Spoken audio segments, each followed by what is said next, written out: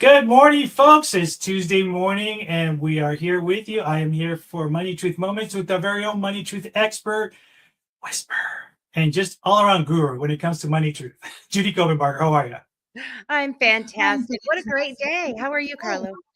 I'm doing fantastic. Folks, if you're just joining us, welcome. Make sure you're following Judy at judycopenbarger.today.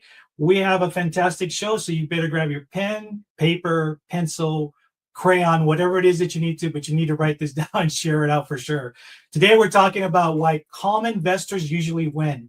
And investing often feels emotional, especially during like uncertain times, right? So in this episode, folks, we're going to explore why calm decision making matters more than perfect timing and how emotional reactions can quietly undermine your long-term investment goals. So what do you say we get started, Judy? That's a mouthful and it's so important. So important. Absolutely.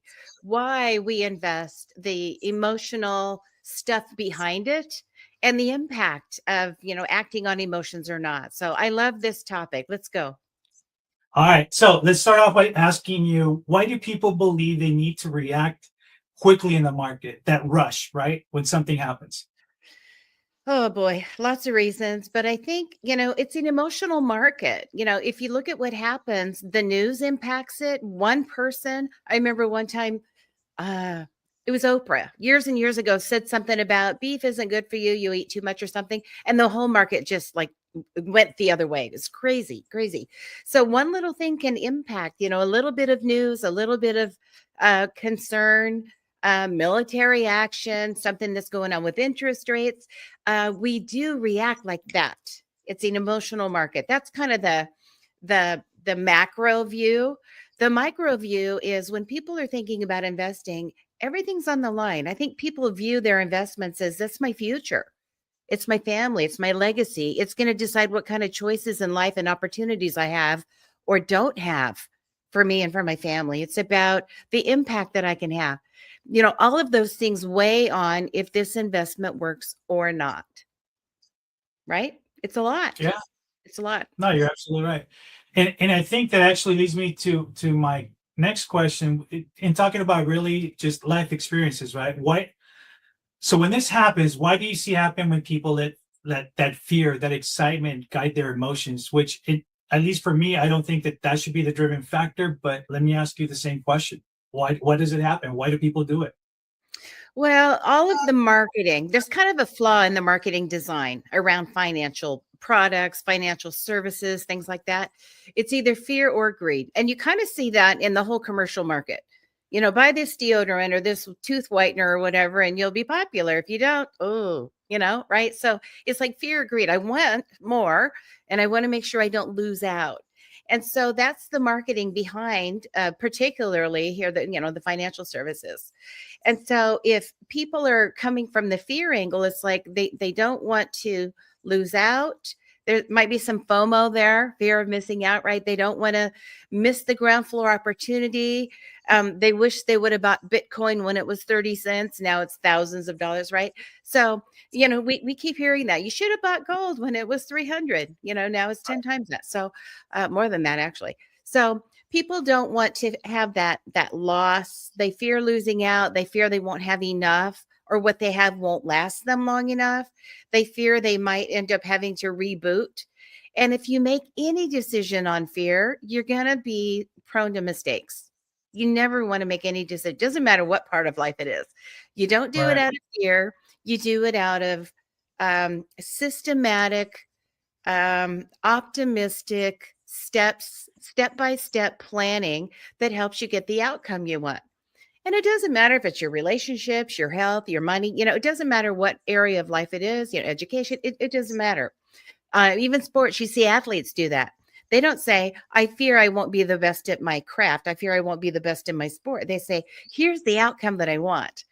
And here's step Right. by step what I have to do to train and get my coaching and put in the time and get in my reps to achieve the outcome that I'm looking for. Financially, same thing. Step by step, what do I need to do? Not from fear, but from planning. And wouldn't you say that that's also, I mean, we talked about this in previous shows. It's also has to do a shift in your mindset, right? It really comes down to your mindset and period, I would think, right? It's all mindset. I would say If you think you can do it, you'll be right. If you think you can't do it, you'll be right.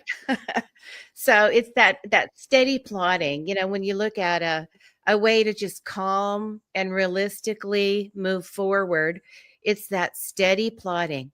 Set out a plan, create, I like to call financial roadmap, right? So set out your roadmap. What are the outcomes we want? What's the why behind why we do what we do? The outcome that we want, and then what do we have to do? Reverse engineer it. What do we have to do between now and the time to achieve our goals to be successful at that? Steady plodding. And that's biblical too, by the way. It's in Psalm. So steady plodding, not get rich quick, but just put in the work, let time be your friend, dollar cost averaging, investing over time, being disciplined in your expenses, all of that. It's not sexy, it's not trendy, it's not that fun, and it's not exciting all the time, but it works. And these principles, they worked 2,000 years ago, they'll work 2,000 years from now. They just work. So it's very simple, not always easy because there's discipline involved and habits involved, but very, very simple. Folks, if you're just joining us, welcome. Make sure you're following Judy at judycopenbarger.today. You're going to see a QR code there on the top left, so make sure you scan it with your phone. Make sure you also follow her for a lot of great content on her website that we'll talk a little bit more about later. Today, we are focusing on why calm investors usually win. So for a lot of folks who are living that fear of investment because they don't know any better, a lot of the folks that have the money in their mattresses or under their mattresses, pillows, whatever you can think of other than Stock investing. thrower. Right, exactly. So how would you explain long-term investing in a calm, realistic way? I would say just plot the course. Let's say if you're thinking about retirement, I don't really like that word, but if you're thinking about what's going to sustain your future financially for your family, as long as you're here and legacy and all of that, what do we need? And what do we need to do between now and then to get what we need together? Maybe you have a pension, maybe you have Social Security you're expecting, maybe you have other rental income or passive income coming in. And what do I need to do to supplement that, if anything?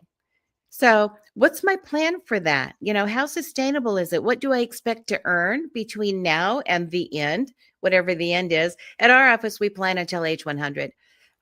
But whatever you think that is, work with your advisor to get that plan in. What are we going to need and how are we going to get there? And then chart the course, do those things. Maybe you need to supplement with other income. Maybe you need to think about other streams of income. I always say 7. I hold my fingers up like this all the time when I'm speaking. Anyone who's heard me would, they'll say, oh, there's our 7. 7 streams of income is always the optimal goal. If you have 7 streams of income in your mid or later life, you'll never have to worry about sustainability and supporting, whatever your expenses are. So that's the goal, and so you think, well, creatively, what could I do besides my job? Maybe that's one stream. Maybe I can have an ADU out back and get a tenant in there and get some rental income. Maybe I can invest some money, in a solid investment on the side, a well-balanced investment. Maybe there's a small business that I could do. I have a hobby or a craft that I could turn into, monetize it and turn into a nice business. So there are always ways. Getting money is easy. Managing money takes a little more skill and sometimes a team in place. But getting money is in this country, are you kidding me? I could give you a case of water bottles and send you out on the corner and you could be in business. You could make money, right? I mean, anything can happen here. And if you have any skills at all, if you have any motivation at all, not even a lot of skill sets or know-how, you can make money. You see people do it that come from other countries all the time. Wide open. So getting money, no problem. Managing it, that takes a little doing, which is why we're talking about the investments. But 7 streams of income is the goal. And if that helps anybody who's listening to this, just think about their future cash flows in a different way. That's why we're here. That's why we're here. It just sometimes takes a little ignition to think about something in a new way and go, well, what else could I do? I never thought of that because I just went to school to get my job. I got my job and I do it 40 years and retire, right? So there's more, there's a lot more for people who are open-minded. And investments is just one part of it. And to your point, anybody can make money. It's you think about it, this is going to sound funny, but you think about the kids in the corner that are selling lemonade for 25 cents, or with Mhm. inflation now, I think some of these cups are now up to 75 cents. So it's not a quarter anymore, but they're still out there, getting that exposure to business and how to be business savvy. And to your other point about managing, I think this is also the downfall of a lot of people that come into money very quickly. They don't know how to handle it. I mean, you take the example of people who win the lottery, millionaires, and all of a sudden, less than 5 years later, they're broke, Hook, even in worse hook. shape than they are. And I look at some of the trends. I look at some of these shows where they follow them, and they for whatever reason listen to people that, hey, spend $15 million on this mansion. They don't think about maintenance. They don't think about the taxes Mhm. behind it. You know what I mean? Like the simple things that you should be paying attention, and that falls into the management of money, that I think makes it very difficult for people to just succeed, in certain situations. Yeah, and there's a lot of bad influence and bad information out there too. So you just got to navigate that. But I think the basics, if you just are always considering the offense and the defense of your game, your financial game, you want to grow it, but also protect it. And there's lots of ways to do that. So it's just having a little know-how or someone around you that does to make that happen. So let's move on to now. You have we're going to talk a little bit about the shift in thinking, but you have these newbies who are investors, right? Who for lack of knowledge and experience don't really know what they're doing, and they seek out help. However, right, what could you tell some of these investors who focus on the daily market movement, right? And if it goes up a little bit, they're like, oh yeah, happy. If it goes just down a little bit, they freak out like the world's falling. What would you say to these folks? Well, those are the people I see when I go to places like Monaco or Vegas, right? They're really happy when it's up. They're really unhappy when it's down. What a way to live. It's just gambling, right? So if you're day trading, and I'm not going to say that's not a way to go, it's not my way. I'm more of a steady plodding conservative investor. Has just worked my 40 some years in practice. Got very, very happy, sustainable, wealthy clients that did the things over time and they mitigated risk. So reducing risk happens when you're not gambling. The day trading has a lot of ifs and whats and I can't imagine the stress of dealing with that. But people that go to Vegas and they're gambling, they're stressed, but they kind of like that, right? They kind of, it's kind of like the people that have the need for speed. So that's just not me. That's just, it hasn't worked in my world. It hasn't worked with my clients and things like that. So that day trading is it's just gambling. You hope it's going to go up, you hope it's going to go down, and then you're timing all of that. So, when it comes to investing, this is probably a great concept to throw out right now. There's tactical planning and there's strategic planning. Tactical planning is when you're timing the market up, down, buy, leverage, options, all of that. You're kind of betting this way. You're leveraging one way or another in your investment, which can be beneficial, but it comes with risk, right? The more reward, the more risk, all of that. So I always err on the side of less risk. Why would you take on more? So you do things like dollar cost averaging, you do things like diversifying, balancing, making sure you're reducing risk at all times. That's that defensive part, the protective part of investing. And then there's strategic planning, which is, you could oversimplify it and say buy and hold, but it's like create a portfolio that works, put together something that will weather the storm, that is cost effective. You're not spending a lot of money for something that's not managed actively, and just let it go. Let time be your friend and let the markets do their thing, let the interest do its thing, and leave it alone. And then just steadily add to that. Let the market add to it, let you add to it. And pretty soon, Mr. Money does more work than you do. And then it becomes sustainable. And then it goes from you putting in all the money to the money putting in all the money. And that's when you go and do what you want to do in life. Sometimes later in years, sometimes not so late. Depends on when you start. But it's all possible. It's all probable when you do the simple, not always easy, but the simple things.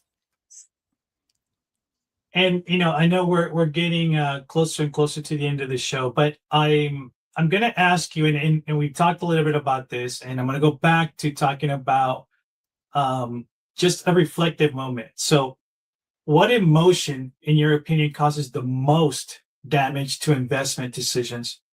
Fear, FOMO. Yeah. Fear. It's not going to be enough. It's not going to last long enough. The marketing's coming at me. I see all these gold and silver commercials right now. It's like, if it's so good, why are these companies selling so much? They're saying, you need to have it. You need to have it. Well, why are you divesting? Why wouldn't you just be quiet, keep your mouth shut, and keep the gold, right? So you just got to kind of always look at those things with, what's the real motivation? Is this a marketing thing? Do I really need to get more information? Usually, yeah. But fear is the emotion that causes most mistakes, I think, for people when it comes to finances. All right, folks, we are at the tail end of our show, and you know what that means.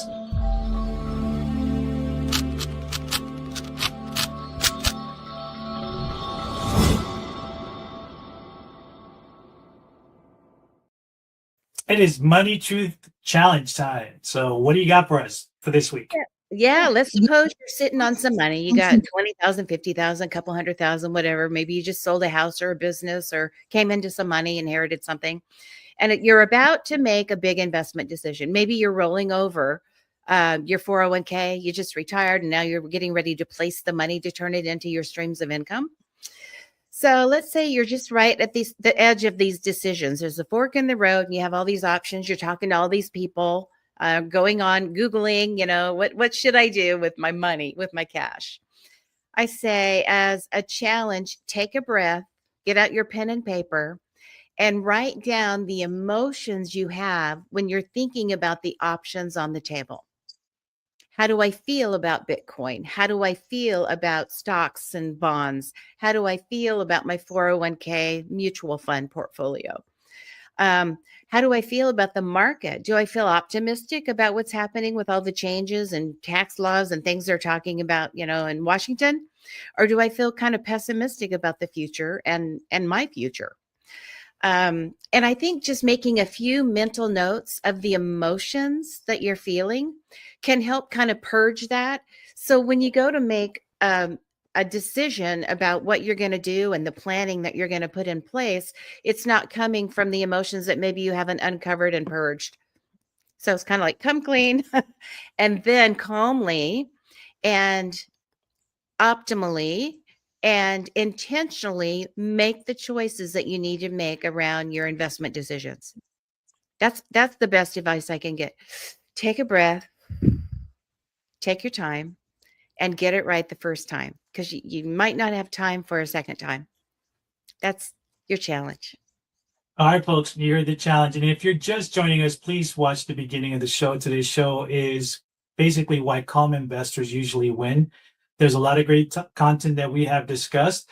For next week, we'll begin March by looking at spending habits that actually just drain our cash, right? That we overlook sometimes too. So with that said, make sure you are following Judy at judycopenbarger.today. A lot of great resources. You come back. You can also view a lot of the old episodes as well too. There's a lot of great content. Judy, any last parting words? Make it a great week. You can do this.